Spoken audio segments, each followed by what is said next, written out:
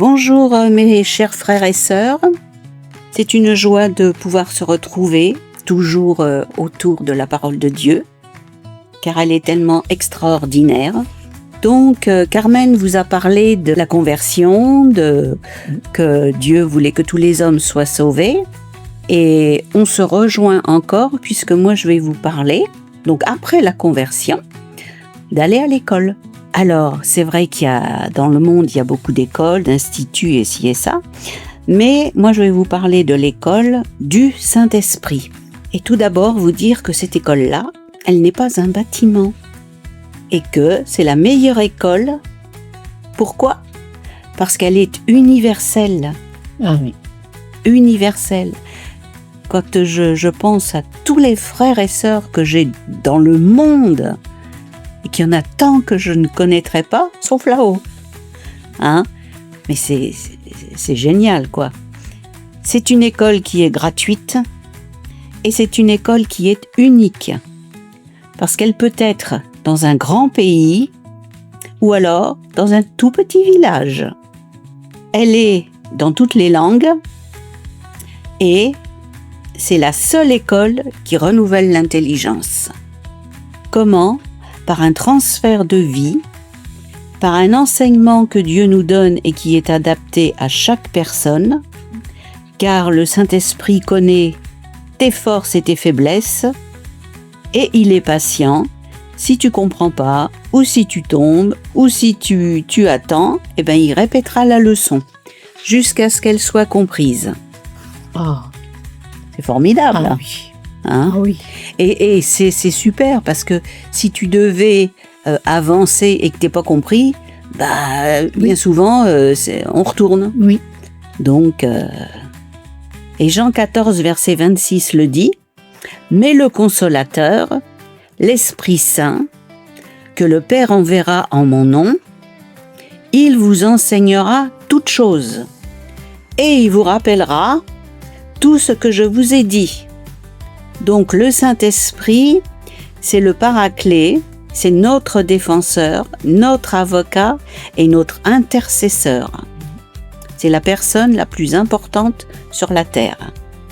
L'Esprit de Dieu, c'est le Roua Elohim, le consolateur, le souffle de Dieu, le don de Dieu, le feu divin à la Pentecôte. Par le baptême de Christ, c'était représenté par une colombe. Oui. Tu n'as pas de diplôme à cette école. Enfin bon, si tu vas en faculté de théologie ou autre, tu as des diplômes, ça c'est sûr. Mais à l'école du Saint-Esprit, il n'y a pas de diplôme particulier, sauf que d'avancer, parce qu'en fin de compte, on y est toute la vie. Oui. Et c'est une transformation continue. Alors je dirais que c'est pas pour savoir, mais oui et non. Parce que quand tu sais, c'est là que ça te permet quelque part aussi d'avancer, de grandir et de prospérer. Mais surtout pour être mieux. Parce que quand l'âme va bien, le corps va bien. Le Saint-Esprit, lui, il polit notre caractère chaque jour. Alors, comme toutes les écoles, il y a plusieurs programmes. Il y a plusieurs salles de classe. Alors je dirais que la première, c'est celle du silence, parce que c'est celle où j'apprends à faire taire mes pensées, pour avoir les pensées de Dieu, à mettre de côté tous mes soucis, à être disponible et humble, écouter, apprendre. La deuxième classe, après, je dirais qu'elle me sert que la parole, que je commence à connaître, à discerner, à comprendre, me sert de guide avec mon prochain. Comment être vis-à-vis de mon prochain, dans ma famille, à mon travail, enfin partout où je me trouve, comment me tenir. Nous apprendrons aussi la troisième classe, donc c'est celle que je trouve la plus difficile, c'est apprendre à voir l'image de Dieu dans l'autre. Oui. Alors quand les personnes sont gentilles ou autres, on peut voir. Mais quand on a quelqu'un de pas très sympa ou autre, c'est déjà plus compliqué. Mais Dieu nous apprend. Et il nous apprend comment ? Au travers des fruits, ou le fruit, comme on veut, ou les dons à reproduire. Les fruits et les dons, c'est toujours dans la sagesse de Dieu, qui est sa volonté, et dans le discernement, le faux du vrai. Les fruits que je dois produire, c'est qui je suis. Et les dons, à reproduire également, c'est ce que je fais dans le service ou dans ma vie de chaque jour.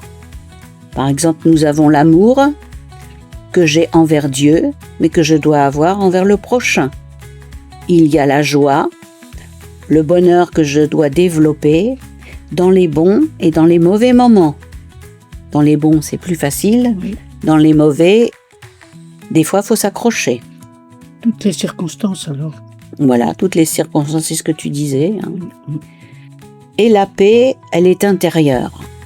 Ce qui est intérieur se reproduira sur les autres, sur ceux qui vous entourent. La patience que Dieu nous donne, c'est une capacité de supporter sans se plaindre. Ça aussi, faut l'apprendre. La bonté aussi, c'est la bienveillance. La bénignité, c'est la douceur, la générosité du cœur. La fidélité à Dieu et la loyauté envers les autres. La douceur, c'est une force qui est maîtriser l'humilité. La tempérance, ce qui est la maîtrise de soi. À ne pas confondre avec la douceur. Parce que la maîtrise de soi, c'est quand on a déjà tous les autres. Le fruit, c'est la maturité spirituelle.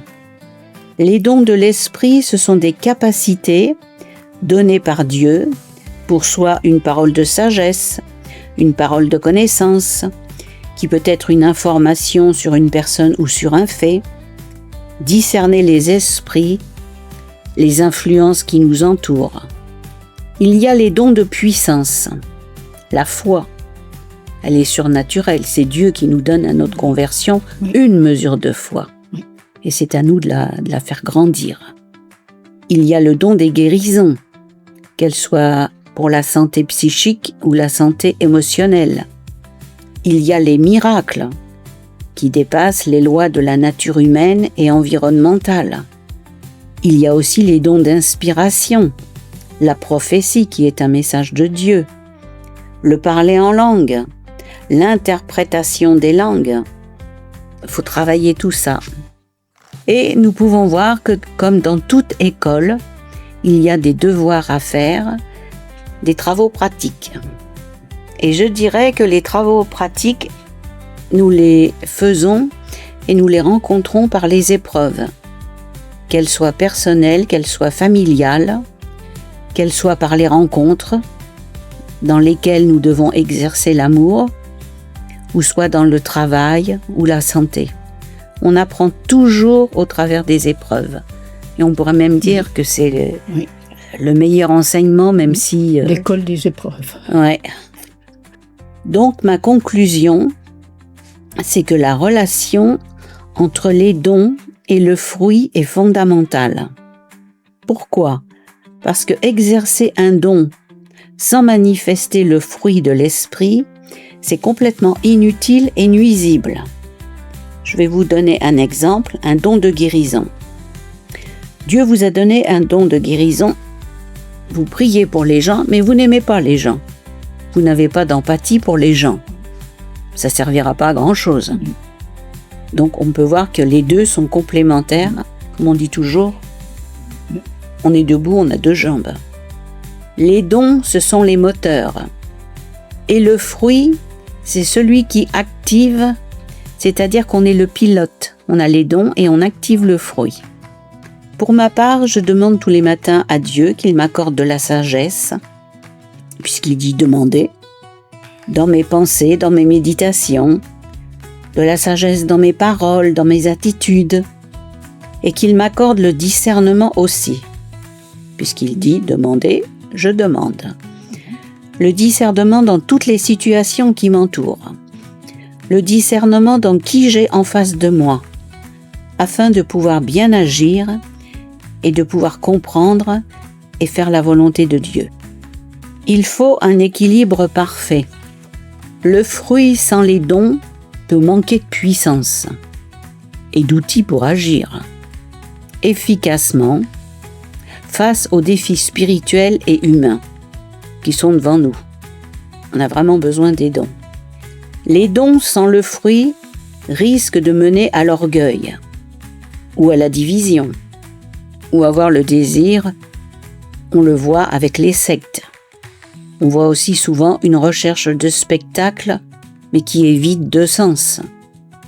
On voit souvent les gens qui s'enflamment quand ils ont certains dons, ils s'enflamment. C'est pour ça que Paul le dit que quand il veut mettre quelqu'un, établir quelqu'un dans l'église, ne prends pas un jeune converti. Prends quelqu'un qui, puis il y a toute la liste. Oui.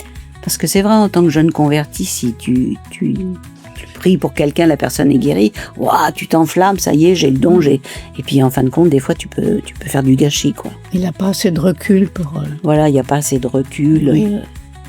Et c'est ça qui est bien avec Dieu, c'est que dans cette école, eh ben, tu avances, mais quand tu peux faire, tu sais Oui. que c'est Dieu qui t'a mandaté, Oui. que tu le vois au fil du temps, ça se profile en toi. Et quand tu progresses, hein, tu le sais, à la mesure que tu progresses, ça ne vient même pas de toi. Non, tu le sais. Tu le sais. Et tu sais dans quoi tu dois encore. Et tu encore. t'étonnes de ce que tu arrives à faire. Oui. Alors, c'est un peu te laisser conduire par l'esprit. Hein. Oui. Parce que lui, il connaît. Oui, il sait. Il les a mis en nous, les capacités. Et au fil de nos besoins, il ne se souvient plus de nos erreurs du passé. Parce que tout est nouveau. Oui. Et c'est à nous de chercher. C'est à nous de chercher. Tout est en nous. Et de le vouloir comprendre. De chercher, c'est lui qui va développer. Et puis ton message sur l'école, c'est merveilleux parce que comprendre, c'est l'école.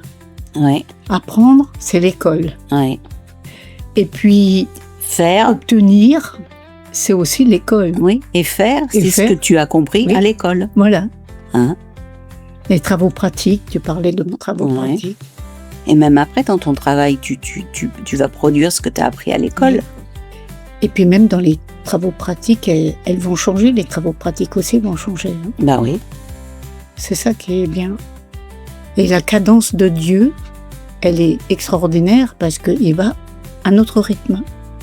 Oui, des fois c'est nous qui sommes. Des fois je me dis, oh là là, toutes ces années, je trouve que j'en suis que là. Bah, c'est à mon rythme. Hein. Et des fois on se dit, oh, quel dommage, quel dommage. Oui. Oui. Mais bon, l'essentiel c'est d'être là. Dans le chemin, le plus merveilleux chemin sur cette terre.